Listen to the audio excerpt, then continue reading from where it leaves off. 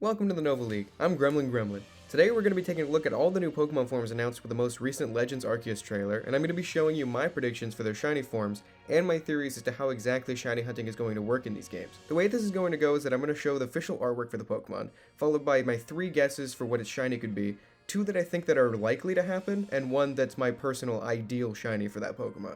Let's start with an easy and simple one, everyone's favorite, Hisuian Growlithe.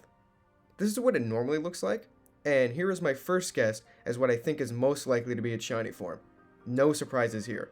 My first guess is that they're just going to give it the same shiny the regular Growlithe has, where it turns a goldish yellow in the main body and a light yellow in the fur.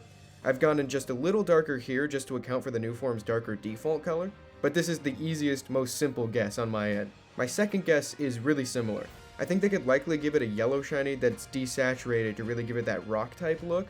Think something like Rockruff, but with more yellow. And finally, here is what I want the shiny to be, but one that I don't think Game Freak will actually do. When in doubt, go blue.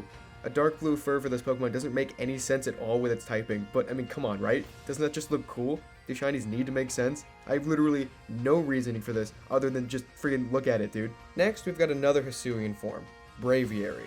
This is what it normally looks like, and here is my first guess at what is most likely. The crown goes red, the body goes a bit purplish, and the white feathers get tinted red, all in an homage to Braviary's Unovan counterpart's normal colors. My next guess is another nod to the original Braviary, this time of its shiny form, and I think this one's more likely because it's simpler. Braviary's crown goes blue, and its body goes a bit brown, and the feathers don't change at all. Recently, a lot of Game Freak shinies tend to leave some colors exactly the same, and my guess is that the feathers of this Pokemon are going to turn out that way too. My final guess, and what I would like from this Pokemon, is for it to go all white. I think this makes sense to make it fit with the winter zone of the Hisuian region, and to fit with the lore that this is a migratory bird. Also, it just looks cool. A lot of these ideal shinies are just going to boil down to that I think it looks cool. Next is one that actually surprised me both in its reveal and when I was designing shinies for it.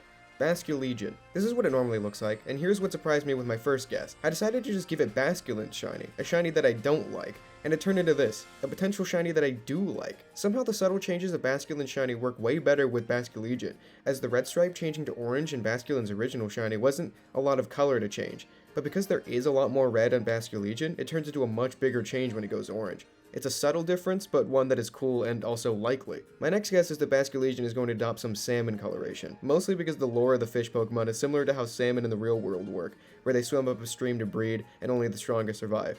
So pulling from salmon inspiration, I think the shiny could lean into that. Finally is my ideal guess, which also draws inspiration from salmon, and goes a sort of silver.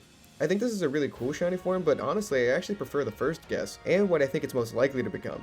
The subtle change really surprised me, but this silver form would be really cool too, and it sort of leans into the ghostly aspect of its typing too. Next is my favorite reveal of the new trailer.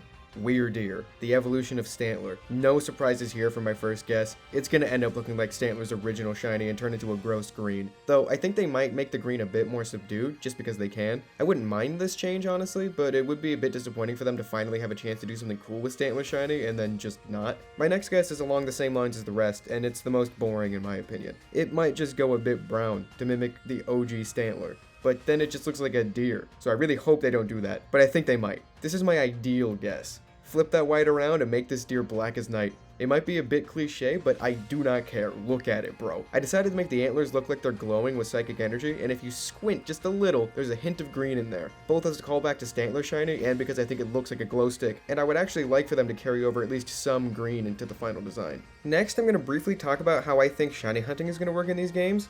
Honestly, I think people are going to have a hard time, especially full odds hunters, because the way it looks like Pokemon encounters work, it looks like the world is populated with a bunch of entities just right away, and those are the ones that are going to be there. You know, based on the way the boss Pokemon work and the way that the render distance is, how you can see stuff from really far away. I assume it's going to work sort of like Ark Survival Evolved, if you're familiar with that game, how the whole world just has a bunch of stuff in it, and that's just the way that it is.